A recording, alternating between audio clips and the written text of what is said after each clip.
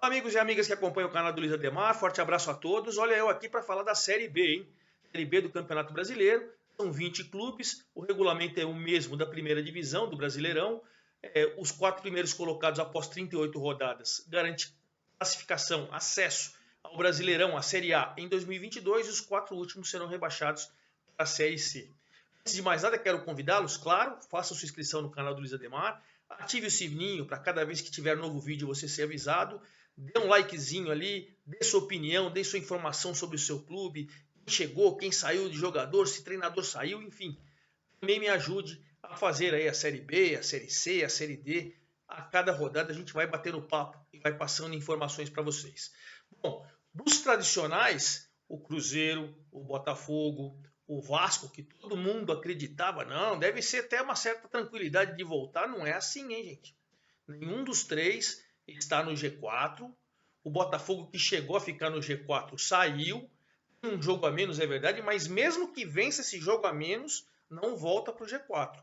O Cruzeiro perdeu de novo, mas tinha vencido o Vasco na outra rodada, e o Vasco que tinha perdido para o Cruzeiro agora venceu o Brusque. Mas eu quero começar até o vídeo falando de erros de arbitragem. Grotescos, viu, gente? Na Série B não tem VAR. E aquele cara que é contra o VAR e tudo, o VAR no Brasil ele é usado de forma incorreta. Você vê na Europa, na Eurocopa, nós estamos vendo campeonatos europeus rapidinho. Aqui, o enciumado que fica lá no VAR quer sempre apitar, quer contrapor aí o cara do campo, enfim, aqui é um rolo danado. Mas o VAR faz falta. E faz falta, eu vou começar com o jogo do Botafogo, por exemplo, no sábado. Eu entendi que o Sampaio Corrêa foi melhor e mereceu a vitória por 2-0. Mas o Daniel Costa, cobrando o pênalti, tinha feito 1-0 para o Sampaio. O Botafogo estava em cima no segundo tempo e teve um gol, mas muito legal. Bate-rebate dentro da área. E aí o Ronald chutou, a bola entrou mais de meio metro. Incompetência total tanto do Bandeira quanto do árbitro. Uma coisa grotesca. O juiz não viu, o Bandeira não viu, seguiu o jogo. O Sampaio tem nada a ver com isso. Estava melhor em campo. Fez o do segundo gol já no finalzinho do jogo com o Gui Campana e venceu por 2-0. Mas dá para o Botafogo reclamar e tem que protestar mesmo. Esse gol foi inacreditavelmente não validado pela arbitragem. Bom, o saldo disso aí, o Sampaio Corrêa hoje é o novo integrante do G4.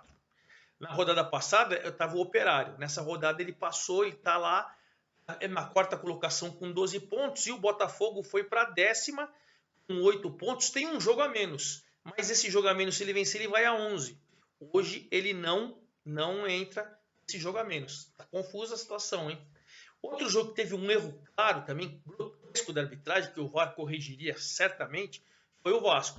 O Vasco jogou melhor que o Brusque, o Vasco venceu o Brusque por 2-1, mas criou várias oportunidades até para vencer por um placar melhor.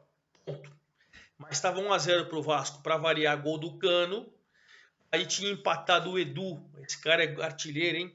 O 5º gol dele do Brusque, o Edu do Brusque. O artilheiro isolado da Série B, após 7 rodadas, ele tem 5 gols. Estava 1-1 o jogo, quando o Leandro Castanço subiu uma bola dentro da área do Vasco, né?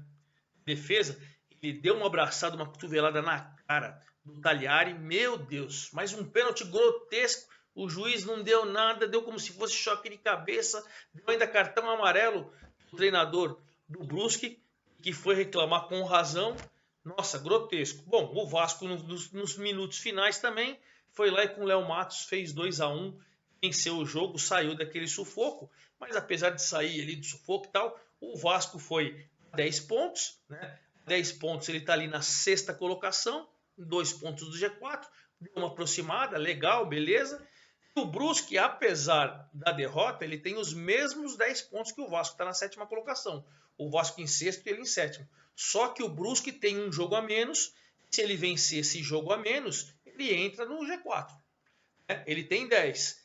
E vencendo ele vai a 13, ele passa tanto o Goiás quanto o Sampaio, que tem 12. Então ele depende só dele para voltar. Mas foi uma derrota doída, porque teve um pênalti que poderia ser o 2º gol, né? E aí ficaria uma situação mais difícil pro Vasco. Então comecei falando de Vasco, comecei falando do Botafogo, nesses erros de arbitragem. Vamos falar do líder, né? O líder continua o Náutico, até agora de ponta a ponta. As 7 rodadas, o Náutico na liderança. Deu uma tropeçada em casa, empatou com o Remo, e olha que o Remo com o Felipe Gedós tinha feito 1-0, o Remo estava ali marcando, e no final, olha o VAR aí de novo. O Paiva fez um gol impedido.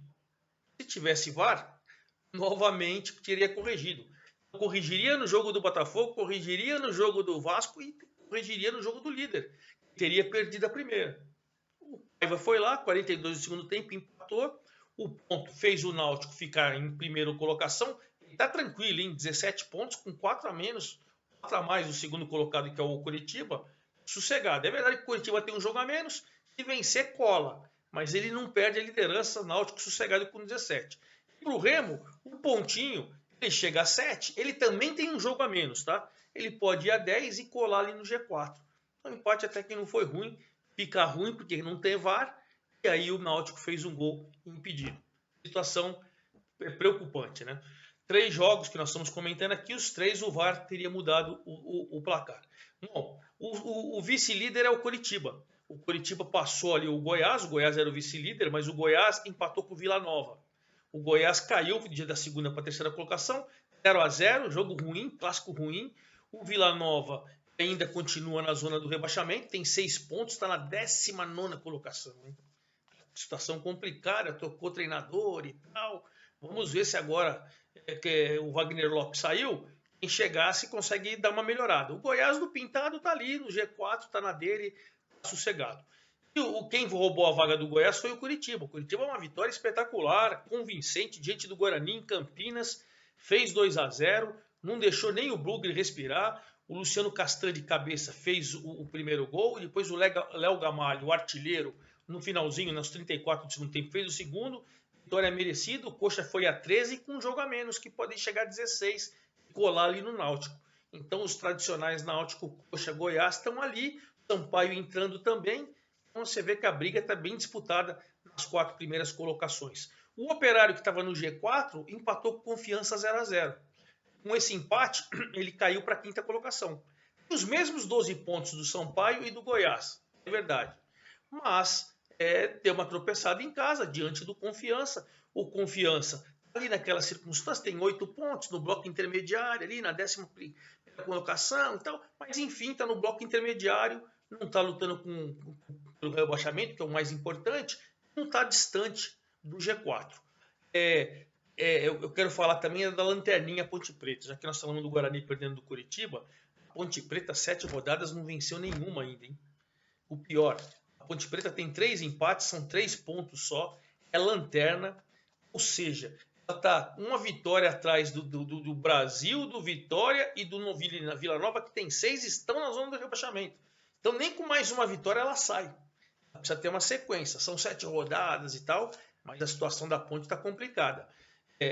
Empatou com o Brasil, tá certo que o Brasil fez um gol com o Fabrício aos 29 do segundo tempo, e o Dauan acabou empatando logo depois, aos 33. Mas faz 11 jogos, a Ponte não vence, são 6 derrotas e 5 empates.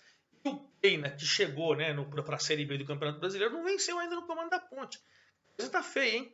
A coisa tá muito feia por lá. Tá feia também pro Vitória. O Vitória perdeu em casa pro Londrina. Era duelo, os dois estavam na zona do rebaixamento. O Vitória fez 1-0 com o Diney, mas aí o Londrina com o Adenilson e com o Tarek, ele virou o placar. Moral da história. Virou o placar, o Londrina somou 3 pontos, foi a 7, saiu da zona do rebaixamento.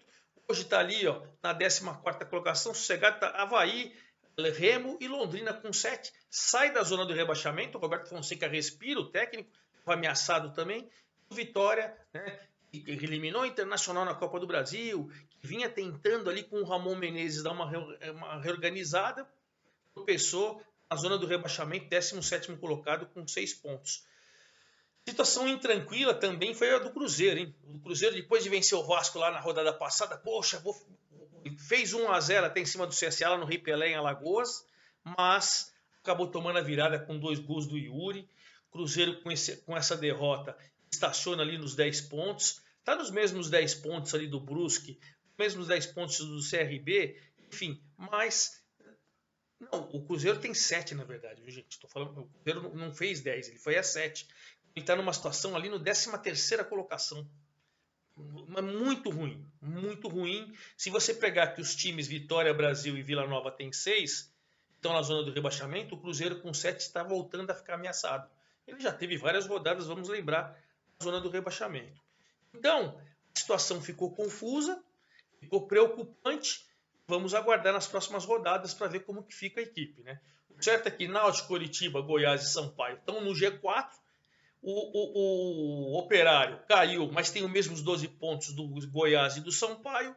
O Brusque, apesar da derrota para o Vasco, ele tem um jogo a menos e vencendo pode assumir o lugar do Sampaio dentro do G4.